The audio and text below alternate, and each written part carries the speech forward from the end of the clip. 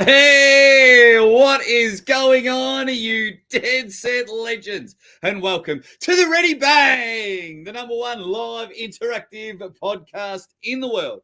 I'm your host, the Aussie Arm Wrestler, and I tell you what, put your needles down because I have the Natty Daddy in the house, the three letters of doom, the man that just took one of the biggest arm wrestlers on the planet and just made it look easier than what I'm sure it probably was. And I'm talking about RVJ, Rob Vigeant Jr. Mate, long time no see.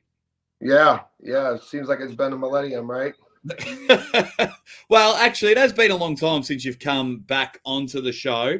But how are we feeling after quite, I think you shocked a lot of people. I know people close in the RVJ camp were like, oh, well, RVJ dominates this match.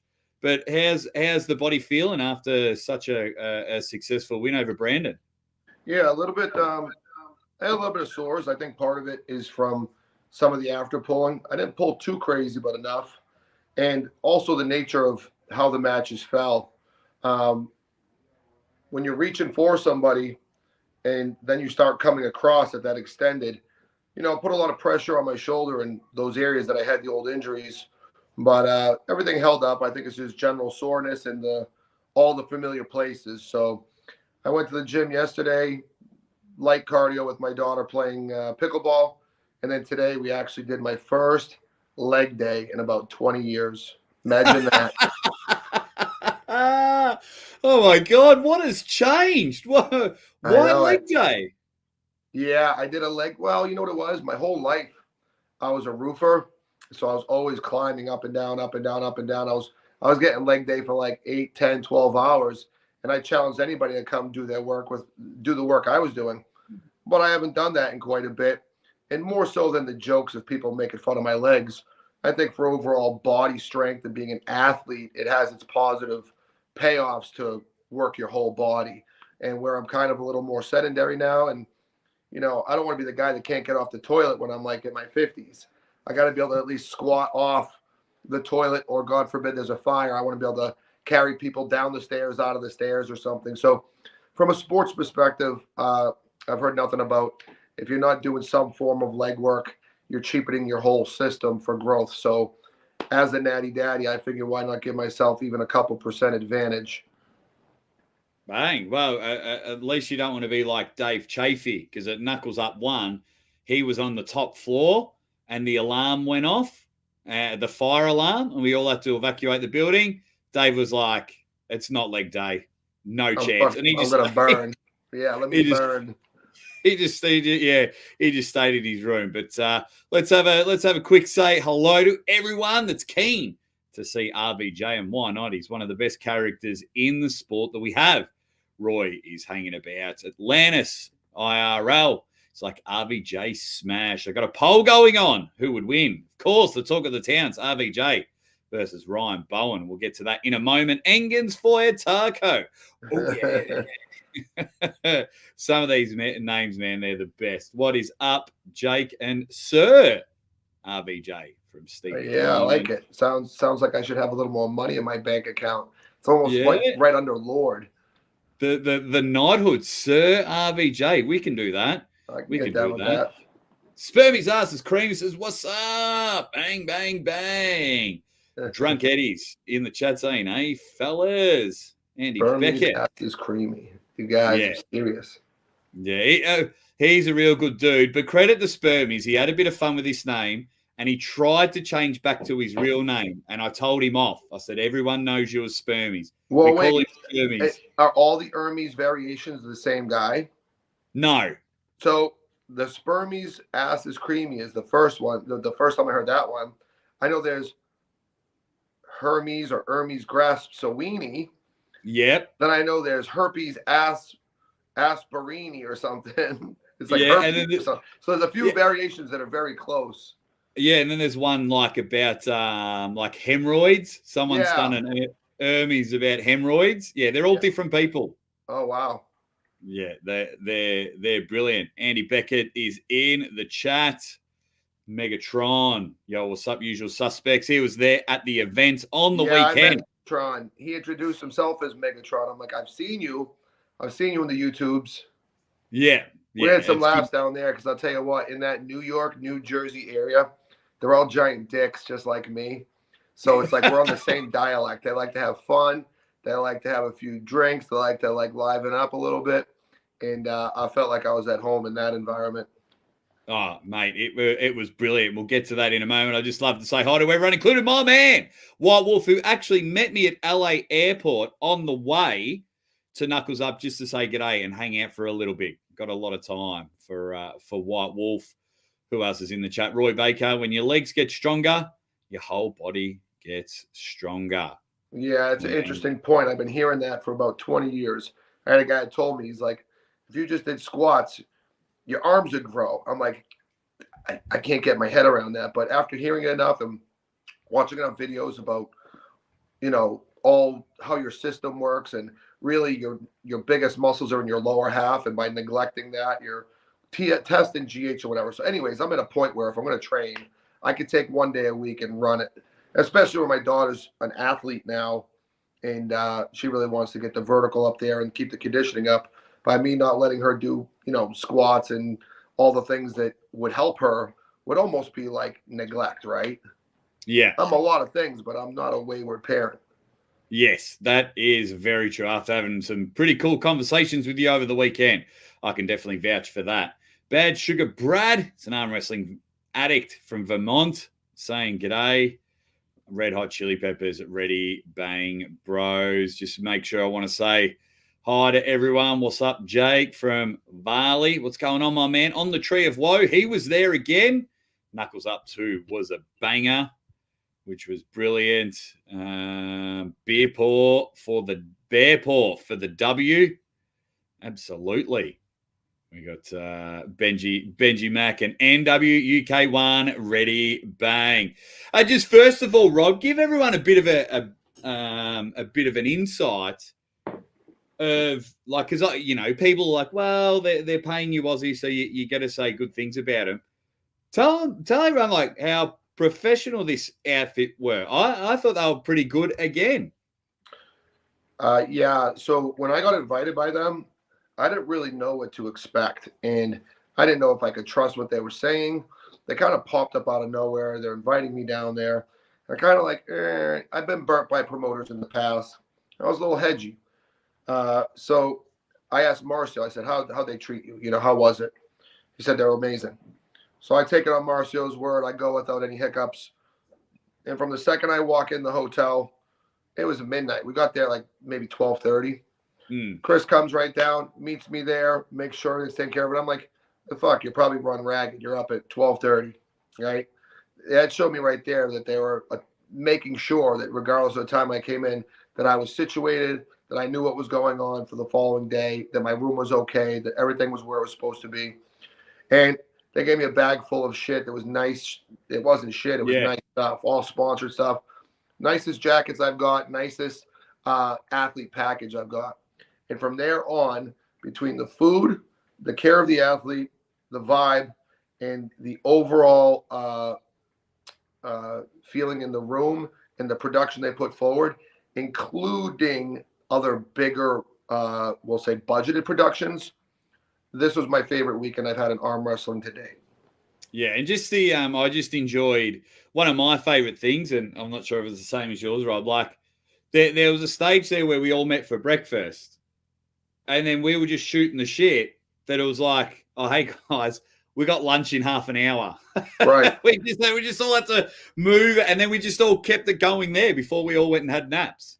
Right. That was the general vibe of the place is we'd come down for coffee at 6, 7 o'clock, and then you just there bullshit and eat and go back up, eat, get another coffee, and you burn 6 hours.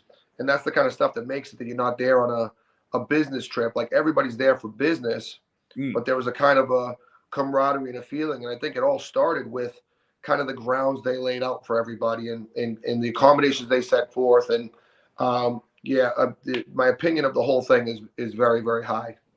It was pretty good. And then you were sporting a martini glass at the press conference. Of course.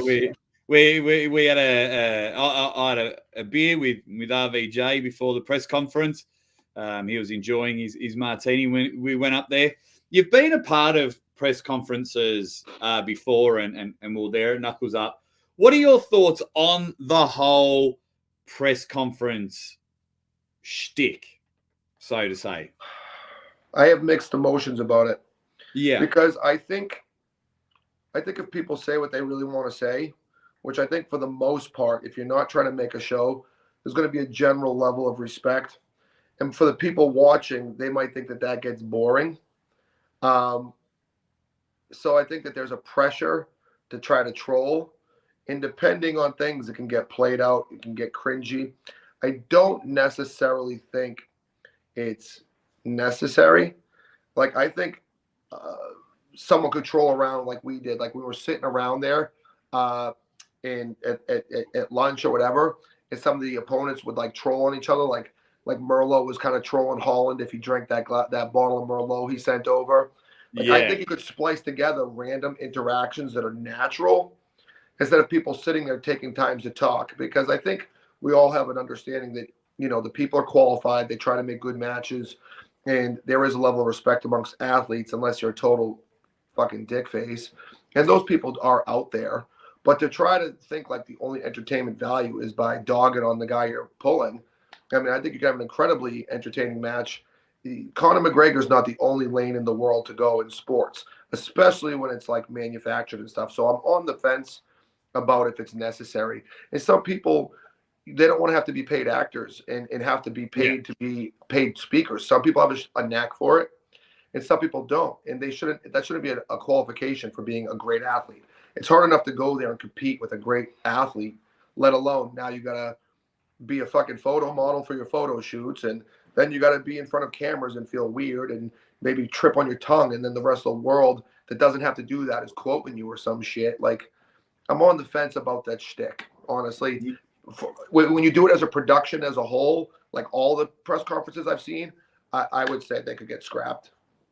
Yep, fair enough. Yeah, I enjoy doing them, and when it comes to like you're saying, force that you have to troll your opponent. A lot of the press conferences I've been about, people steal the show when it's honesty and who they are. For example, the last two press conferences I've either been a part of or watched, when Baek Sung-yeol didn't know who Ryan was, and he meant it genuinely with no disrespect, it stole the show there. It was a highlight of the press conference.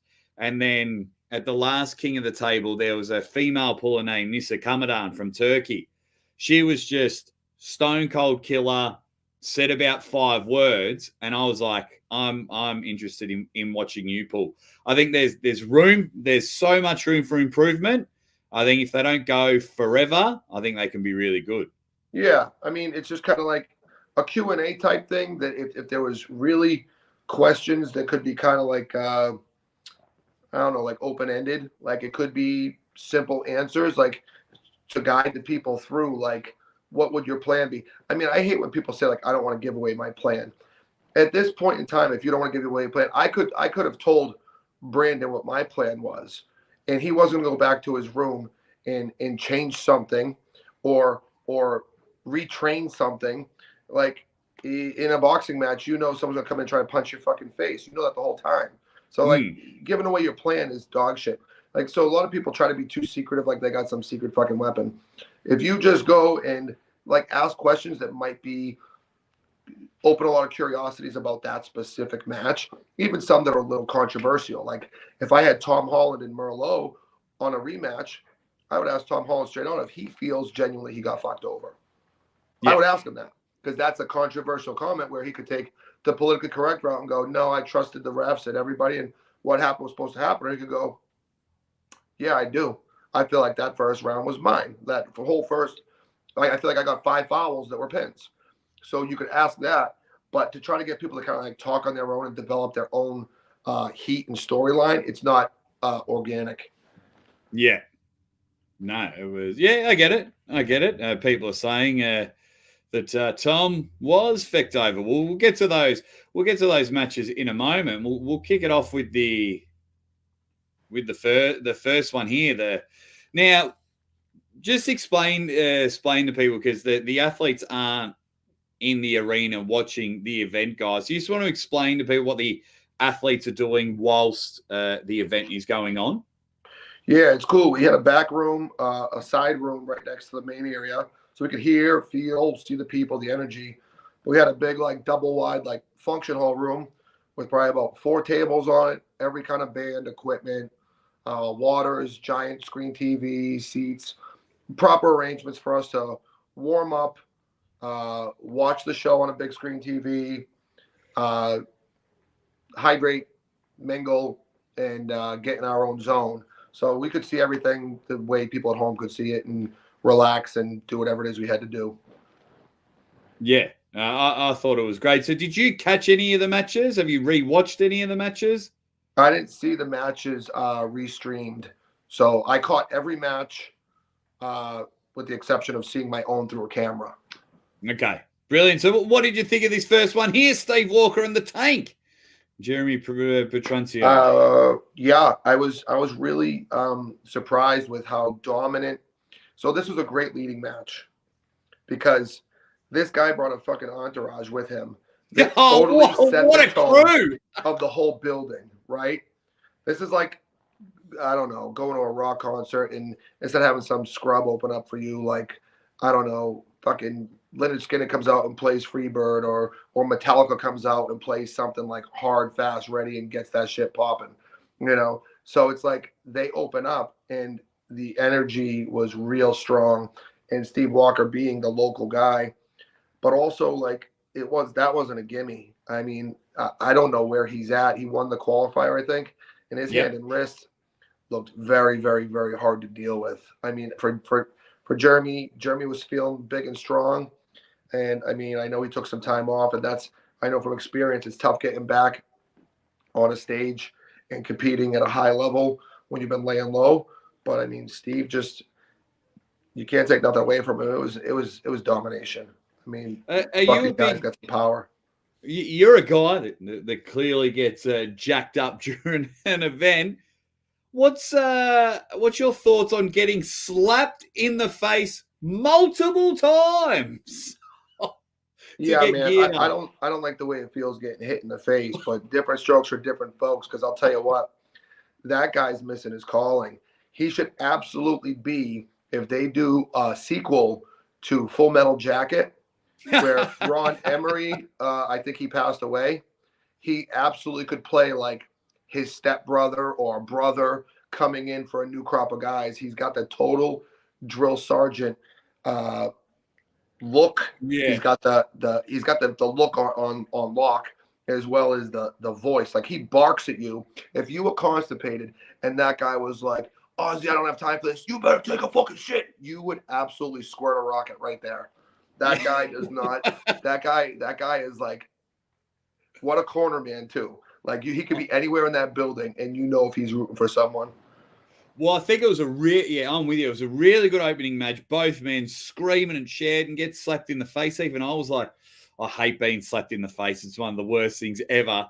So yeah, I was like, man, they're destroying it. But then the best thing was when the second match come along with Liz and Merlene, both Steve and Jeremy were the cornermen for these two. Right. And that was the problem, right? Yeah. I actually think that was an even match, but I think Steve was in Liz's corner, right? Yeah, and he gave her that superpower, like, you are not going to fucking lose. But he said it at like 140 decibels, screaming like, yes, sir, Joe Sergeant, sir. And she went in there and busted that ass while Jeremy was still thinking about what happened. So that extra, like, mushroom you get from Mario that kind of charges you up, I think Steve was in that corner getting it done. But this was a killer match, though. Killer match. It has a touch of controversy behind it, but I thought it was a killer match, that's for sure. Yeah, it's a match that you go back and look at, and if straps are going to be here to stay, people got to relook at the new ways of how they're being used as a leverage standpoint. I mean, that hard sweeping side pressure where you kind of like lean into the strap and change your anchor points. That was a strap dictated match. And I think that it's a little bit of a learning curve for Merlene. Yeah, absolutely. Now, you've seen quite a lot of arm wrestling, Rob. Is the pendulum swinging? Is US female arm wrestling on the rise? Are they getting close to the European women? Oh, we got no audio, mate. We got no audio from you. We can't. What's happened there, Rob? We can't seem to hear you.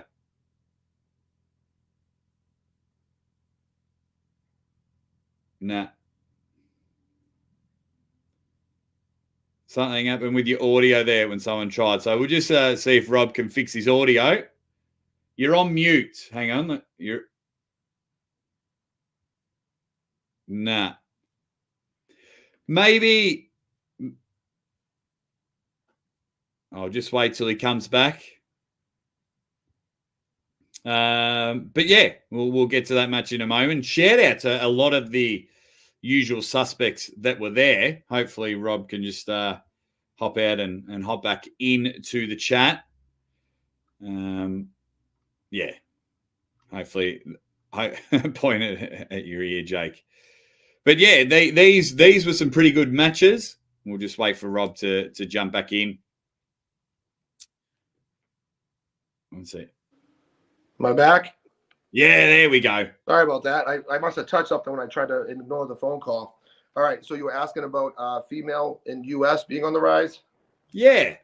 Well, I think that she is a good talent. I've seen a few scattered around. I would like to think it's on the rise. I'd like to see the numbers grow.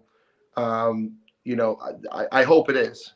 I hope it is. I got two girls that are very interested in it, and I'd like to see, you know, them secure themselves amongst the world's elite, as opposed to, I mean, there are girls that we have that I would consider elite just because they can't beat the number one girls. They might be the top 5 girls, you know. So yeah, I mean, I think that it's definitely growing, and you know, fingers crossed. Oh, hopefully. Well, this match was killer.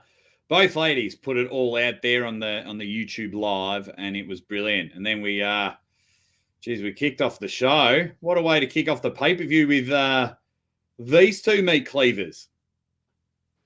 Yeah. Killer. Yeah. Would you like to bang with these two, or are you still above that level? I mean, I'm past in the respectful way, not fishing for controversy. I just mean, okay, yeah, because so these both are killers. yeah, I mean, I respect them both as being, you know, very formidable, and I'm kind of over saying that I'm above people, because I think a sales pitch, you could spend 10,000 words trying to convince somebody of something, and a result is just, it's hard to argue with, and it's so easy. But in my opinion, I think right-handed I would be too much. You know, that's my opinion. But you know, there might be people, because of my activity, that I got out and pulled one match, that I'm talking out my ass. So that's my opinion. You know. Where would you put Adam next? Is because he's, you know, when he's had a good win over some Europeans, he's just hanging there about ready to take the next level. Yeah, you know what I'd like to see? I know that Adam and Jason Merlo were both in the same round robin, 200-pound round robin. And I think they met early on. And Adam got the win, but it wasn't super easy. I mean, he was in control, but it wasn't easy. And I know that Jason had mentioned that he felt like he had some foothold in there, some. And of course, there's a big thing about having knowledge of your opponent. Like once you feel it, you're kind of like, oh, this is what I got to work with, or what I could have done differently. And I think that match would be interesting over, you know, the best of 5. I think that Adam looked like he was really strong through the hand and wrist. I don't know what kind of problems that would be for Merlo, but I think over the 5 rounds, he might get the wrist to crack. And I also think that Merlo is going to go home and say, maybe tighten up the arm. So it's all about who does their preparation. I don't think it's a mismatch at all. I think it's an interesting match where they both won. It makes sense. Yeah, absolutely. I would love that. I'd love that, my man Dung. What's happening, Dung? I missed you at the event, buddy. I saw you the day before. We hung out for about an hour, and you didn't make it to the event. How you going, my man? Thank you for becoming a member of the channel, Dung. I mean, you've always been a member. I think you're just redoing it there. But thank you very much, Dung.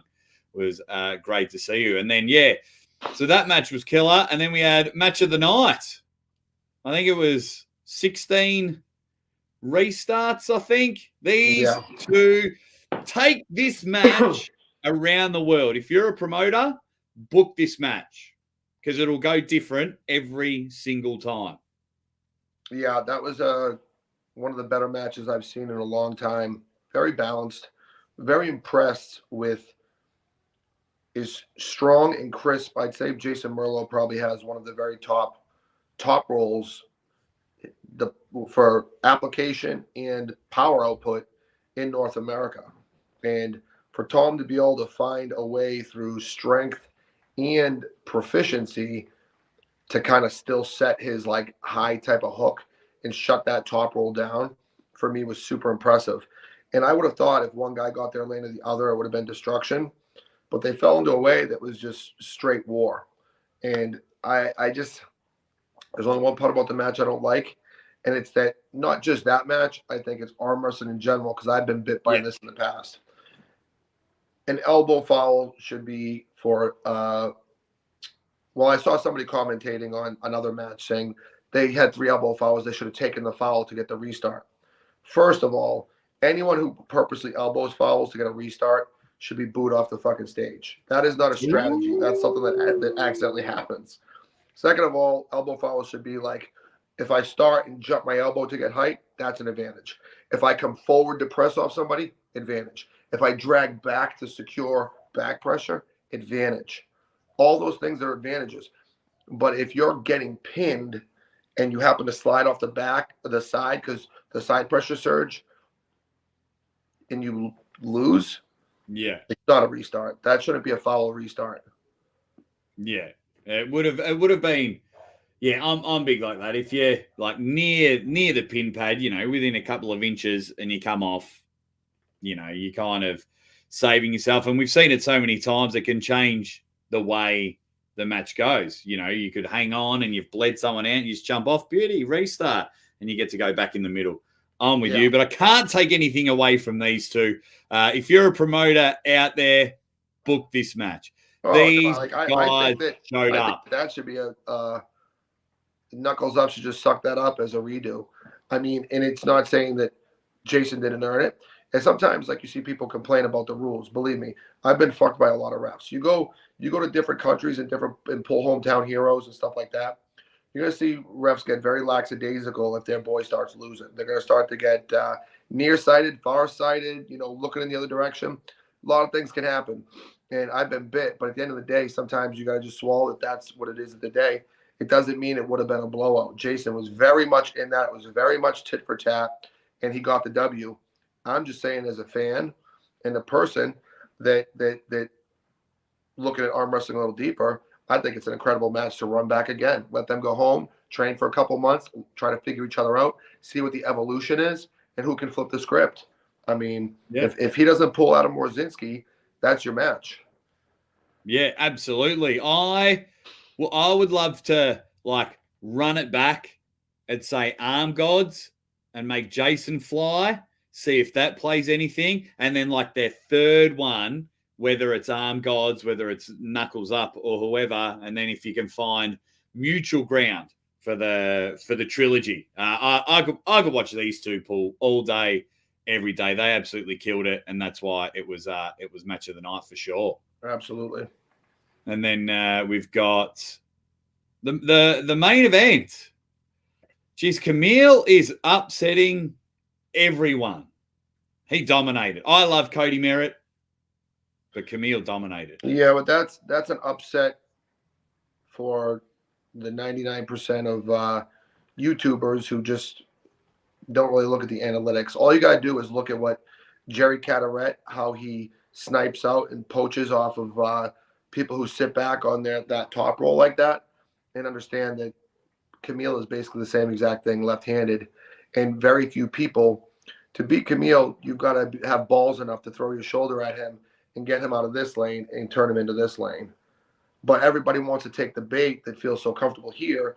But now you got a guy that's about 3 feet wide, about 6'4", and he's leaning over the table straight down on you with all the other big body and muscles and shoulder, and you're trying to hammer curl through that shoulder block. And unless you're a very, very, very unique individual, you're probably going to get tired faster, even if you get the win.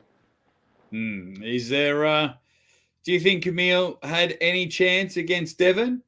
Because they pulled, I think, 2 days ago. I mean, yeah. I mean, of course, you think that what kind of damage did he take on his arm or elbow going there? But to say he didn't have a chance is ludicrous. We saw Pablo kind of with that side downward got the first round win. And Pablo's strong, but because of Kamil's shoulders, height, ability to get taller and deeper, I would wager to bet that Kamil's down pressure and press efficiency is far better than Pablo's. I'm not saying that dead center table, he's going to beat Pablo in a hook. I don't know.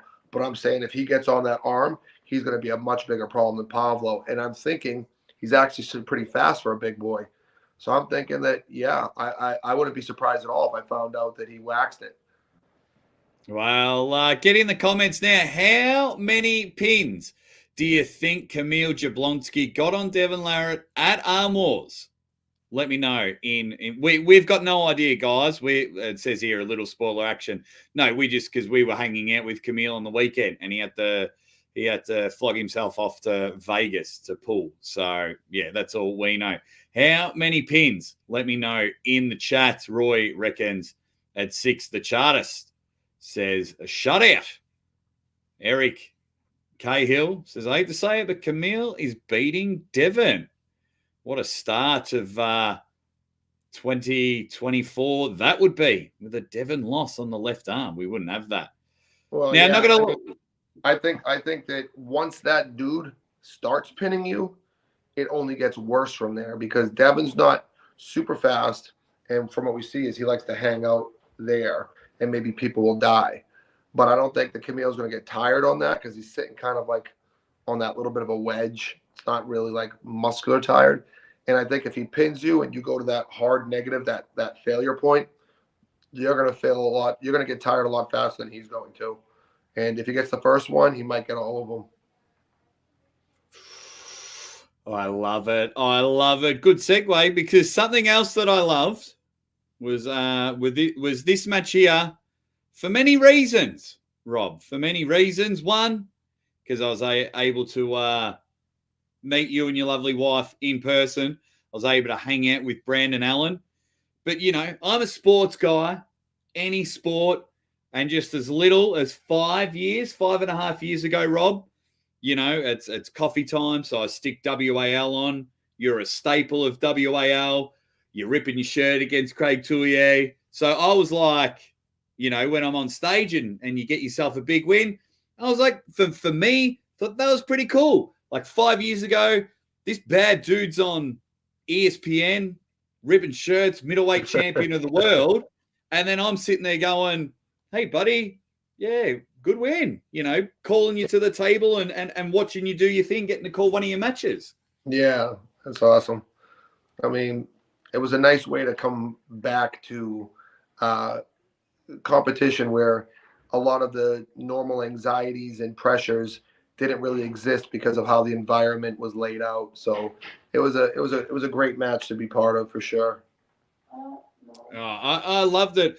What does someone as strong as Brandon feel like? Because you weren't allowing him to go anywhere. Yeah, and I told him afterwards that it's hard to assess, because I had a sneaking suspicion. I didn't want to jinx myself, but I had a sneaking suspicion that just because I'd been putting in some time and effort, that I was really strong. And because the shoulder was allowing me to be a little more healthy and apply a little more, that I could be confident coming forward and at people, I actually arm wrestled him differently than I do other people. If you notice, what I did, I didn't move back in that match at all. When for like the last 10 years, my nature to protect would be go back. And it works because I got a strong hand and wrist and back pressure and all that stuff. But sometimes when you go back, you allow someone else to go back and you separate, and then a lot of things can be achieved. You cheapen your angles, you cheapen your center table, and you slip apart. And I was like, fuck it, I'm going to trust my shoulder and my arm strength that I've been working on and my hand. And I'm just going to hog the front of the pad and just dominate like through wrist curl and sideways. And it's hard to say how we would feel comparatively because I came in with a level of evolution and probably pretty healthy. Do you feel so when you got the first? It might have even been after the after the first pin. Do you feel you have any control over your body? Why I ask? Because I just see you like bubble and fill up, and I'm like, shit, is he just like going to flip the table? Is he going to like crowd surf? Because I love that energy. I love that shit. Steve Walker was, Tom Holland does it when he gets a pin. He just screams, and I love that in arm wrestling. Yeah, a lot of that is also, Brandon did have me very worried. I mean, people who see him, I don't think the videos and the pictures do him justice. I mean, he was 315 pounds, but he looks like he's about a fit 250. I mean, but he's like wide and hard. He's not like the other 315-pound guys running around. I mean, he's very dense, and his hand was, like doubly wide in the palm is mine. So I mean, there's a lot of things that made me. And he's also been arm wrestling. He's not just a guy who jumped in as a powerlifter, like if one of the other celebrity powerlifters jumped in. So yeah, it made me insecure. And then of course getting back, I didn't know how I would feel performing. And then when my plan started working and my arm held up good and I felt, really comfortable. When I get a win like that, it just bubbles up. Like I don't control it. Sometimes I almost fade to black. When I get out there, I'm like, and then I just almost fade to black. I'm like, oh, am I going? Like the blood pressure spike or whatever it is when you don't breathe or something. I almost go to black. But yeah, sometimes the shit I spout and the reactions are 100% just, it's like a demon got exercised for me, and that's what's coming out. That's what I mean. You completely change. Like it wasn't the Rob I was hanging out with shooting the shit for the previous, 48 hours or whatever it was. It was just different. Now, whilst Jason and Tom had match of the night, and I'm not just saying it because you've come on the show, walkout song of the night. Yeah, definitely Rob Vigeant Jr. Loved it. He came out to LL Cool J, Mama Said Knock You Out, and just that, don't call it a comeback. And I just that's a hot jam. Yeah, that's a good one. It's got a good beat too. It rips in pretty hard, pretty fast, and the lyrics seem to fit. It was perfect. And then afterwards, let's start from the start. After the match, we'll give people some context. You called out Ryan Bowen. I asked you the question. You called out Ryan Bowen. What was it like the moment where you two finally just met? Two adults meeting. Like, what were you thinking? Well, I first had to fact check him on a few things. I had to see if, in fact, he was 6 inches taller than me and the bigger human being and all that stuff. I just had to kind of fact check it. So, I mean, I didn't even know it was Ryan Bowen coming in at first because with the stories and legends I heard, I thought that, Hafthor Bjornsson with red hair was going to be coming through the lobby, but that wasn't the case, So I had to put the fact check on him. But besides that, I mean, at 43 years old, he didn't outright do any damage to me or hurt me or anything. We had a little online beef, and we both have a little bit of ego and trying to protect our own lane. But that was like before COVID even hit. That was early days, and water under the bridge. As long as someone's respectful to me, I'm respectful to them. And kind of funny how time has a way of sorting things out. Yeah, and everything was really cool. So then you've gone had won your match, called out Ryan. Ryan goes on and wins his match. Were you impressed with the way Ryan pulled? Was it a certain style you thought the way Ryan was? Because, you're in the other room after your match. Was there anything surprising? So it's hard when they're pulling somebody who you don't have a lot of data on. And I mean, fuck, I don't know how I can generalize this without sounding like a racist asshole, but I didn't expect his opponent to have a strong hand and wrist, just per bone structure. And, I don't know. He had a great, physicality. He was like a thick, well-built guy, but he just didn't have the attributes that struck me like his hand wasn't going to get taken. And that was up for grabs. Now, regardless of side pressure and holding strength and endurance, once you know that's up for grabs, I do know that Ryan Bowen's probably a top 2 guy in the world for table time throughout a given year. He gets on a table, from what I've seen through his YouTube and stuff, it seems like every day. And he's probably in a tie with Devin for that. So you're not going to really out-endure him. And he seems to be where this guy had a susceptible hand. Then you got to ask yourself, is it going to straps, which Ryan loves. So you have Ryan, straps, and hand control with a guy that, unless he's a lot stronger, I'll give Ryan his just dues. He's a good arm wrestler, and now he's heavy, and he's beaten some good names. So I think his transitions were good. He had a good. He can implement the shoulder press, which is something a lot of solid top rollers struggle with. He's rounded. He's got the top roll. It's hard to say. Everyone looks like a stud with somebody that they're just a little bit better than, right? So, but yeah, he's definitely well-rounded and pulled some things out that I wasn't shocked of, Yeah. And do we reckon, we spoke about it after the event, but now some of the dust has settled. Do we think this match will happen in 2024? Oh, yeah. Yeah, I think it's something that's got to be put to rest.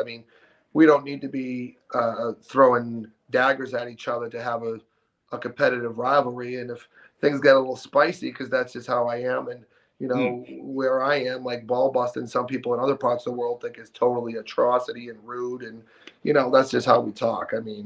I say fuck every other word, and that's just my thus, that's my punctuation points.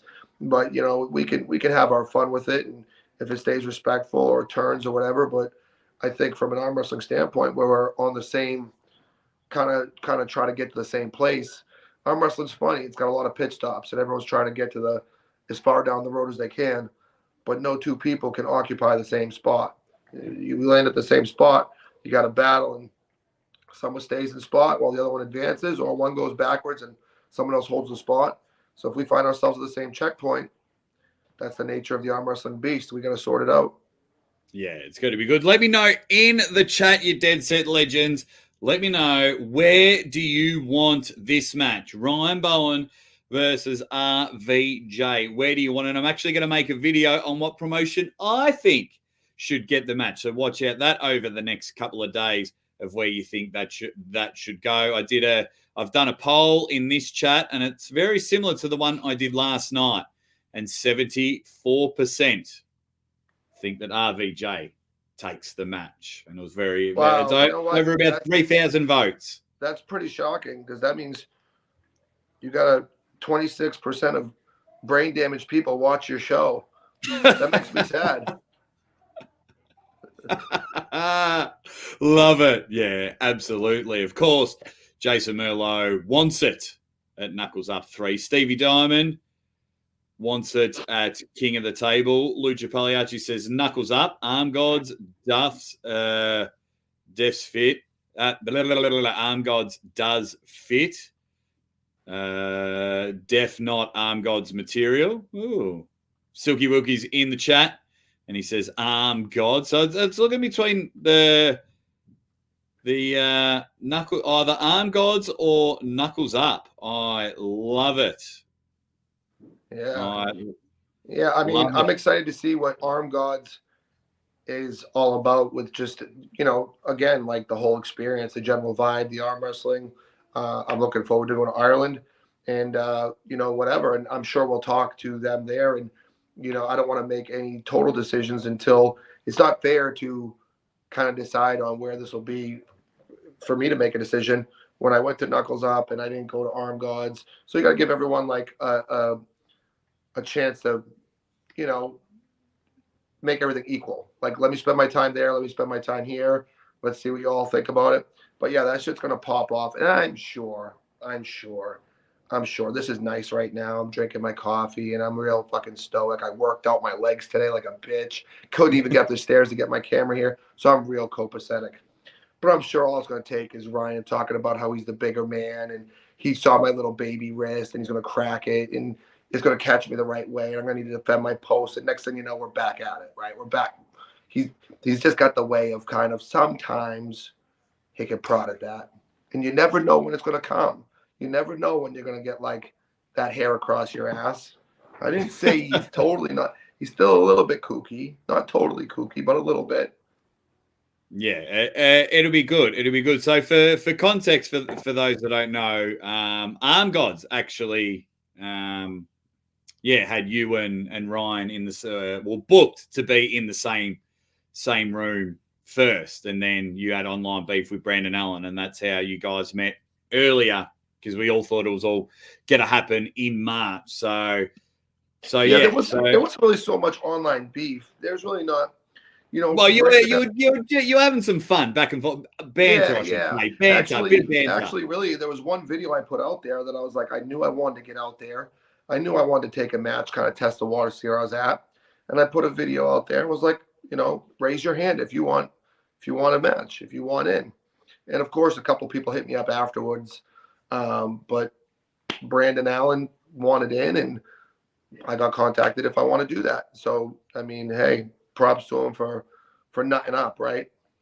Yeah, absolutely. Well, when you go to Arm Gods in March, I tell you, your type of personality and your energy when you have the match there.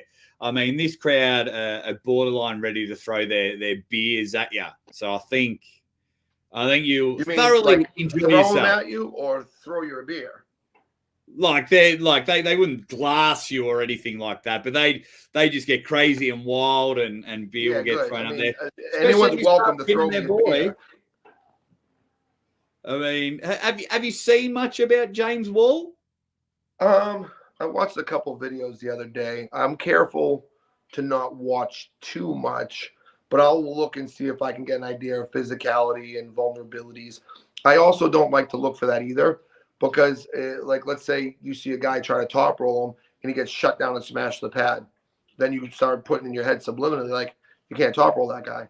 Well, maybe that guy doesn't have the attributes and the strength and the proficiency that you have, but now you're putting a mental block in there. But, yeah, I watched a couple of his Arm Gods things and him at some of the tournaments that are online. Yeah, beautiful. Because, if you don't know, because you got 2 matches coming up. February, you're pulling Ben Brooks. I think that's in Montana. Is that in Montana? That's a big one. Their event looked cool last year because Todd Zilla went and pulled Ben Brooks. Yeah. And they're in this like big, awesome sports bar. Yeah, I think it's attached to a little casino. It's a cool little venue, good energy. I mean, they look like they got a pretty cool arm wrestling group out there. And, the basis of this is, without choking people out, I know nobody likes to hear it, but this is going to be labeled as like a natty heavyweight championship to start somewhere as a natty heavyweight champ, and then other people can come in and challenge for to rise to it. The thing is we got to agree that per our own word that we've been lifetime natty. Lifetime doesn't mean we did it 6 months ago and now we're going clean. And then it's also going to be tested.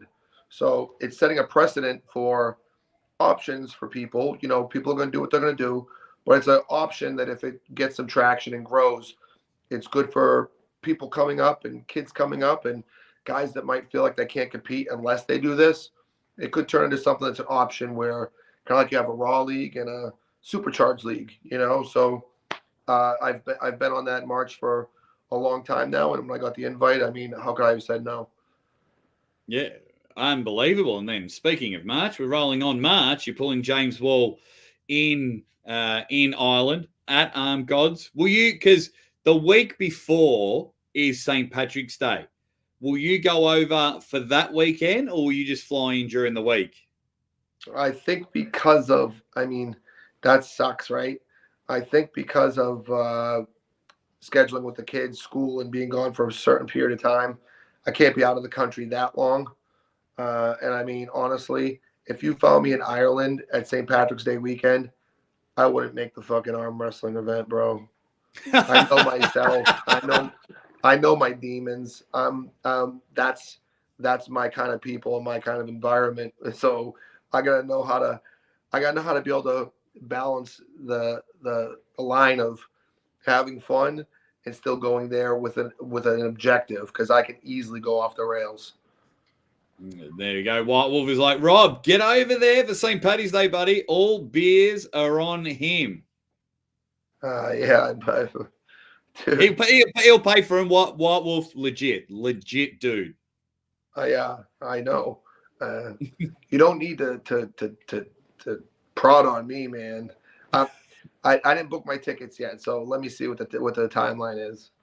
There you go, Wolf. Just poke Rob enough. Just every time he makes a video, just keep poking him, and hopefully he will get there. It's going to be killer. I can't wait to get over and hang out with you again. James Wall's going to be a tough opponent for you, but shit, man, the Rob I just saw on the weekend, I might have to ring my man James and say, hey, buddy, get to the gym even more. Yeah, like here's my honest belief. I love when somebody has enough balls to make a bold statement that could come back and slap them in the face.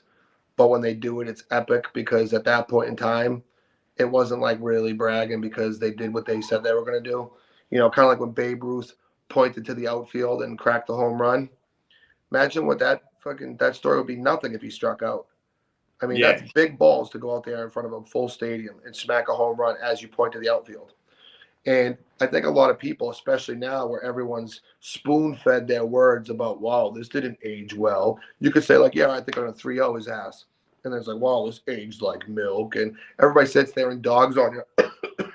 But my firm belief is now having a lot of confidence in the lanes, trying a few new things. I was even a little quicker on the engagement. I've been slow my whole career. I was a little bit poppy on that engagement, a little quick. And I think now that I've kind of like checked off those cues, I can improve on them with proof of concept. And I said, if I didn't lose this weekend, I'm not losing this year. Yeah. I won't lose.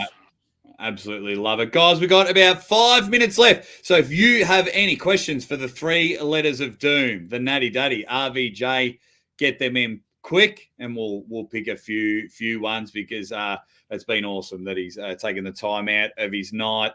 I'm looking forward to more RVJ matches. We got two more in 2 months, and I'm sure everyone is ringing you, not just for the Ryan Bowen match, but I'm sure everyone is ringing you for other matches. So yeah, there's a couple that could be really, really interesting if the stars can align. But I'm kind of like just open to going for it, right? I want to lay it down, so by the end of the year, people are almost like don't know who to set me up with. Right now people think I'm just a washout who came back and had a surprisingly better night than maybe they thought I would have. But by the time I get down to like 2, 3, 4 matches, it's going to start being a head scratcher. Yeah, because I don't know how many videos I've said that you should have retired. Oh yeah, brilliant. We had a good laugh about that over the weekend. Rob, who came up with the 3 letters of doom? Was it Neil? No, I think it's you. Correct. Yeah. Yes, that was me. That was me on some of my very early Instagram. Come on, White Wolf. How you going to disrespect me like that on my own channel? Yeah, he acted like he doesn't have an original thought. Yeah. That's fucked up. Brilliant. Yeah, it was me. What's RVJ's IQ again? Stevie Diamond wants to know. 214? Well, this is a touchy subject because people out there with a lesser IQ will be ringing up and saying that I'm an idiot. Let's just say I'm a straight, because I lift weights and I arm wrestle, a straight flat out 80. I feel comfortable with sharing. I think 100's normal. 80 you start getting benefits. So let me get 75 because I can use some of those benefits. Oh yeah, get some of those pensions. Quickly, guys, any last questions for my man right here? Otherwise, we'll wrap up the show. Thank you for everyone that has been hanging and banging and slinging and slanging with us there. If there's nothing there, because everyone's just 160 was Einstein. Well, there you go. So if we put me and Rob together both at 80 or 81 each, then we're smarter than Einstein. Yeah. I know how to, I can get my pants on in the morning. Sometimes they're backwards. Thank God for Heather. And I can get to the bathroom and do my business without too much help. So there you go. Oh, yeah, a couple of little quickly things here before we wrap up. Does RVJ want to pull Erdemes? I mean, honestly, some people would think that that's a ridiculous notion that he'd just fucking steamroll me. But if I get to where I think I'll be by the end of the year, I do think that I could be a legitimate threat in the super heavyweight class. And that sounds crazy to people. But I don't think that on a power level, there is a big difference between really good, like 220 guys. And of course, when they say super heavyweights, they just only think of like Lavon. Yeah. But I've pulled enough super heavyweights, and there's not a huge difference. And this is something that Todd Hutchins echoed. And I think with my hand and wrist, if I get to where I need to be, I'm very happy taking the slow climb and making notches like this instead of going like winning 2 and trying to go real high. When I get to the point, it'll be a match that when it's asked of me, it will make sense. So, I mean, I'm an arm wrestler. I'll arm wrestle anybody, but I'm almost happy now with people thinking that I'm a bonehead because I like the shock and awe factor of it. Yeah, brilliant. Quick prediction on your match with Bowen? 3-0. Easy. I don't see anywhere on the table he can beat me aside from understanding strap trickeries better. But I think I've kind of something kind of like clicked with the straps with me as of recent, and I don't think that shit will matter. I think that I'm just bigger and stronger than him everywhere. I don't know if anyone was expecting a different answer. No. Silky Wilkie, thank you very much for your huge super chat. Much appreciated. He says, Rob, why is your bicep circumference so large on your right arm like you're hiding a power plant in there? Any preferred directions to hit in your style of arm wrestling in attack and defense? Does hand length allow you more time to reel in an opponent? All right, so why is my bicep circumference so large? I don't know, probably because I think I have a genetic disposition to maybe upper body growth. My dad was built the same way. And my early routine when I was a kid was skull crushers, dips, and a lot of curl variations, and I loved it. Preferred angle, I'm changing a little bit stylistically. I realize that if I can dictate off the center, I have a lot of options for if I want to press, hook, or top roll, and I think they're all really strong, but strong from an offensive controlled standpoint is like a magnifier compared to when I used to do it from a defensive standpoint, giving everyone the lane. And, I've said that even just as I sit right now, if I pulled like Sasho and Zurab again, I would hog the front of the pad and knock them off center line, palm up, and I think it would almost be easy. So application is king. So my preferred methods are actually evolving 20 years deep. I've had to look back at some of my bad habits and kind of tear it up and look at kind of what works for me best. Hand length does help with securing certain spots, but hand strength is better than hand length. And if you have both, then you're a real piece of shit that people hate. They do. They fucking hate you. And I Yeah. mean, like Brandon, all he wanted to do was slip. But I'll tell you what, before WAL, when straps were like, oh, you could just wait 30 seconds and get straps, no one slipped. I used to chalk up and make people suffer. And I probably made it harder on my arm, but that's because straps are for if you slip. I can promise you, well, I'm not slipping from my end. And by you running for the strap, you're basically saying you as you sit's not good enough and you need help. You're looking for help. I don't allow that shit. Go to the drawing board, come back complete, and fuck with me. Brilliant answer. Engens Foyer Targo, thank you very much, buddy. He says, Rob, big shitstorm today from the YouTube comments on Arm Wars releasing Kamil and Devon February 3rd. What are your thoughts on Neil's format? What, like record and release later?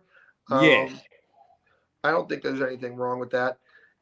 I think it's putting a lot of trust in the athletes because there's an old book written by one of the Hell's Angels. It's called Three Can Keep a Secret If Two Are Dead. So I think that people like to leak, people like to whisper, and the next thing you know, it circles before it's released. I think it's too much time that shit will circulate. I think it's a good idea so that there's no live hiccups. You can do a proper edit. You can do a proper production and see it all through, and things are done the way you want, and you present it in a pretty package, and it pops off. But in the day and age of lives and people wanting now and people hungry for results, I'm surprised there's not a spoiler alert. And, I can see where it would rub some of the viewers like, I don't know. I can't tell people how to feel. I can understand why he does it, and he makes a pretty package. But also it's putting a lot of faith in the competitors and people in the building. Yeah. I mean, Kamil's already come out publicly and says, don't ask me about the Devon match. You can wait. The only reason I don't mind it, I don't mind the film now, record later, is there's so much arm wrestling. Because, like, we just had Knuckles Up. Next week's AWC. The week after is East versus West. So then there's nothing on February 3rd except for the Hardanger Open tournament in Norway, and not everyone's going to watch that. Yeah, but I don't understand. Like the theory was to not step on Engen's toes for launching it next weekend or something. I don't see how launching something is going to step on Engen's toes. People always look for something to watch. They're going to watch East versus West.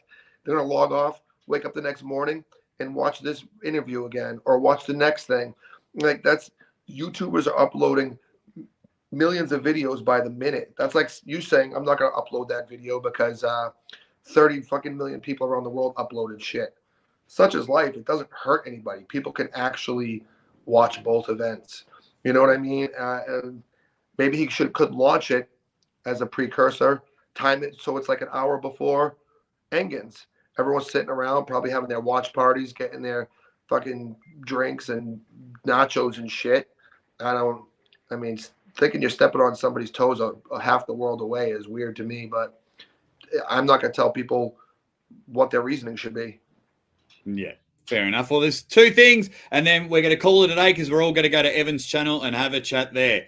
One, Devon Levan will probably be the biggest match of 2024. Have you got an early prediction for that? Well, you got to ask yourself, Levan hurt his wrist. Devon appears to be leveled up, but I don't know how drastic it is. I mean, he's beating guys that he might have been beating when he pulled Levan. If Levan comes into shape, I don't see Devon's angle is good at fucking up people, at that bottom end. But I think Levan in the healthy version takes enough control where that stop doesn't really come into play. But of course, that's what's great about this sport is there's an evolution.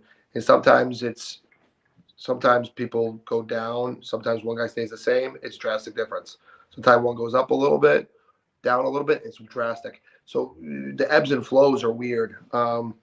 If I had to put $1 to bet, I would go for Levan, banking on the fact that he was healthy. But I wouldn't be surprised either way. There you go. Huge prediction from RVJ. And then let's wrap it up. I think we both can do a Ziz. Can you give us I don't know if I can fit in the... Wait, I think you got to make it look like you got to throw deuces or like you're holding a selfie camera or something. Yeah, you got to kind of pop it. Get the Ziz there. I was so happy that at least a couple people there understood what I was doing. Oh my God. Like I just try to pop the Ziz with the sparklers and stuff. And some people are like, what the fuck is that guy doing? I'm like, come on, get with your culture, guys. Yeah, it is there. Guys, thank you all so much. We just went that little bit longer than what we should. Evan Burgoyne is going live now or any minute. If we can, please hit the like button on your way out. But most of all, thank my man, Rob Vigeant Jr. for coming back on the show. It's always good to hang and bang with this guy. And you'll see plenty of videos and lives from me. We'll check out you guys real soon. Thanks again, Rob. See you sooner than later, buddy. All the best.